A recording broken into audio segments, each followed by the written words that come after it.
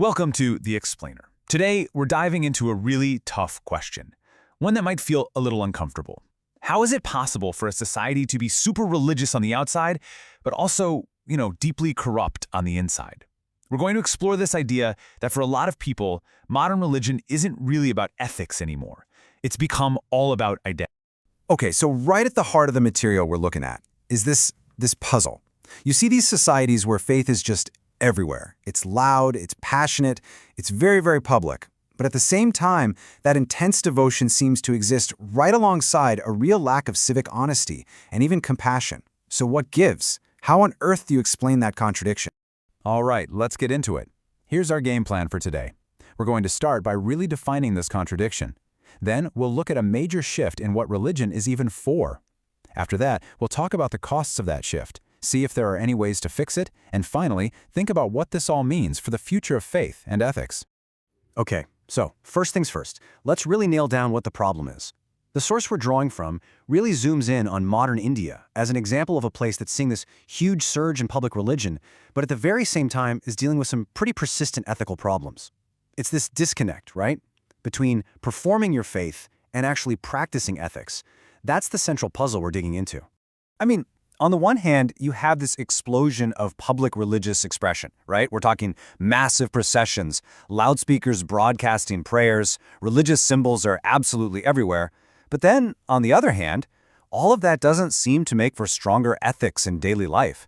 You still see things like widespread tax evasion, people ignoring basic traffic laws, and a culture of corruption that can feel like it's just part of the system. The source puts it really bluntly. Visibility replaces virtue. It's this idea that as the religious intensity goes up, the ethical consistency actually goes down.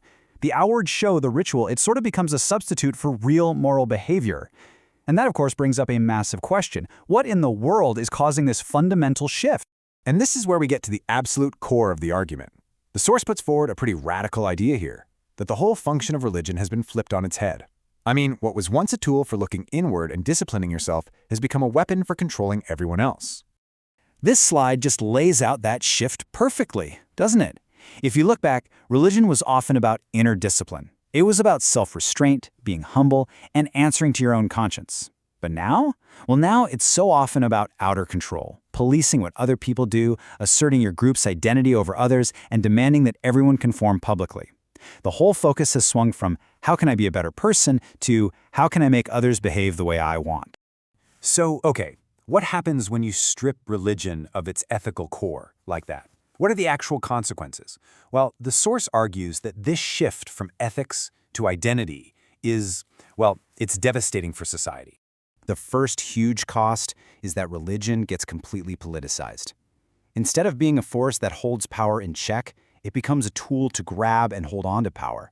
Belief stops being about a personal journey and just becomes a tribal affiliation. It's a numbers game, a way to build vote banks and win elections. And in that kind of toxic mix, there's just no room for nuance, is there? Compromise starts to look a lot like betrayal.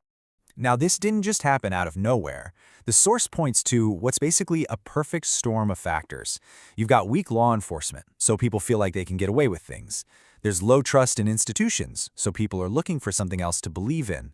You add in a dose of identity insecurity and really intense political competition, and bam, you've created the perfect breeding ground for religion to be turned into a political weapon. This kind of environment also leads to something the source calls emotional outsourcing. It's a fascinating idea. Basically, when people feel powerless and the systems around them are failing, they start turning to these charismatic religious figures who promise easy answers and instant forgiveness. Think of a corrupt official making a huge donation to a temple to cleanse their sins. Faith becomes a transaction. It's a way to buy a clear conscience without actually having to change your behavior. And this slide really gets at another key symptom of this whole ethical sidestep: moral policing. It's so much easier to get outraged about someone's personal choices, what they're wearing, who they love, than it is to actually look in the mirror and confront your own moral shortcomings. And that really explains why you see all this public fury over trivial things, while at the same time there's just this deafening silence on the really big, systemic problems like corruption or social injustice. So, is this just a downward spiral, or is there a way back?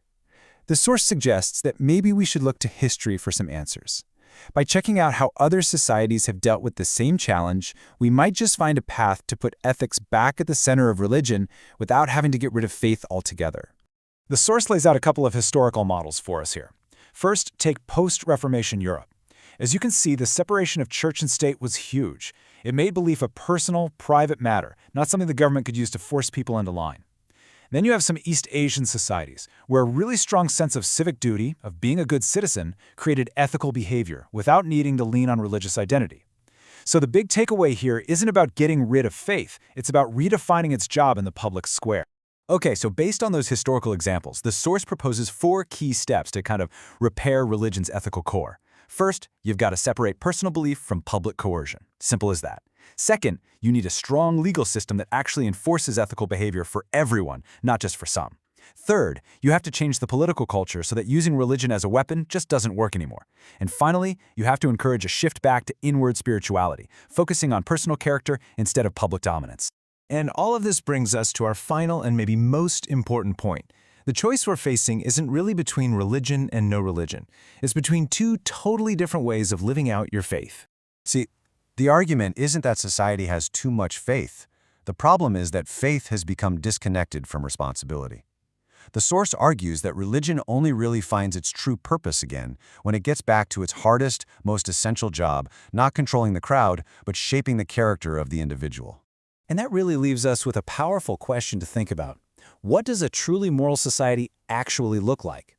Is it one where faith is loud, public, and everywhere you look? Or is it one where ethics are practiced quietly, consistently, day in and day out? The answer, it seems, isn't found in what we say we believe, but in the choices we make and how we actually live.